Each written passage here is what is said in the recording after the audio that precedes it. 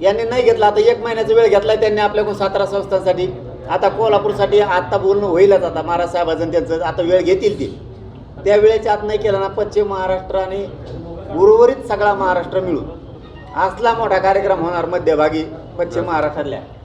कसंच gadget घेत नाहीत बघू. आणि झुंजावं लागणार आहे. हे पश्चिम महाराष्ट्रातल्या सगळ्या मराठा बांधवांना सांगतो मी, महाराष्ट्रातल्या पण सांगतो आणि विशेष करून कोल्हापूरच्या बांधवांना सांगतो, आपल्याला जागं व्हावं लागणार, झुंजावं लागणारच.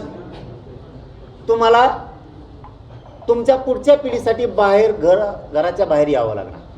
आधीच लोक आपल्याला म्हणतात पश्चिम महाराष्ट्र सदन आहे, यांना कशाची गरज नाही असं म्हणून हे आपल्याला संपवतील. त्यामुळे आपण सदन आहेत, आपल्याकडे बागा आहेत, आपल्याकडं बागायती आहे. याला सपोर्ट म्हणून पोरं उच्च शिक्षणात गेले पाहिजे, नोकऱ्यात पण गेले पाहिजेत, आपण आणखीन बलशाली होऊ. असं नाही आपल्याकडं ऊस आहे, फळबागा आहेत म्हणून आपण नोकरीवरच जाऊ नये किंवा आपण उच्च शिक्षण घेऊ नये असं असता कामा नये. पश्चिम महाराष्ट्रातल्या सगळ्या मराठ्यांनी त्या विचाराच्या बाहेर पडावं. मी तुमचा मुलगा म्हणून तुम्हाला हात जोडून सांगतो, दिवस खूप वाईट येत असते, ते कधी सांगून येत नाहीत. लोक भ्रम निर्माण करणारे आहेत, तुमच्याकडे भरपूर आहे. आणि मग आम्ही तेव्हाच फुगत होतो तसं म्हणलं, घे आम्ही पाटील सगळेच फुगीर आहेत. आम्ही कुणी म्हणलं तुला मोठा आहे, घे कोणालाच मुजीत नाही. लोक आपल्याला खोट्या प्रतिष्ठेत जगायचं शिकवतात, आपण त्याच्या बाहेर पडावं.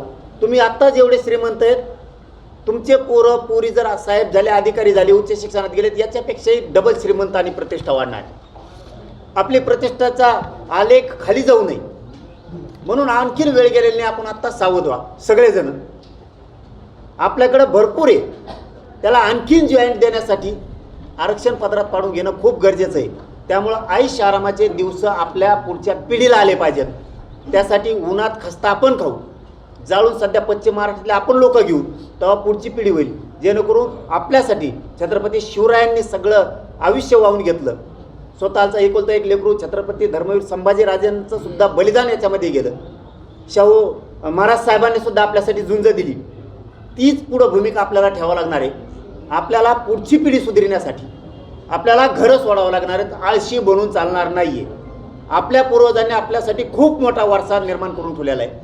आपल्याला ती तेवत ठेवायचा असला तर आपल्याला सगळ्यांना घरं सोडावं लागणार आहेत. आपल्याला आळशी बनून चालणार नाही. हे माझं पश्चिम महाराष्ट्राला आव्हान आहे. ज्या दिवशी आव्हान केलं जाईल, पश्चिम महाराष्ट्राच्या मध्यभागी कार्यक्रम सभा होणार आहे, त्या दिवशी पश्चिम महाराष्ट्रातला माय माऊलीचा एक बी मराठा घरी नाही पाहिजे. कारण कल्याण तुम्हाला तुमच्या लेकराच्या आयुष्याचं करायचं हे लक्षात ठेवा.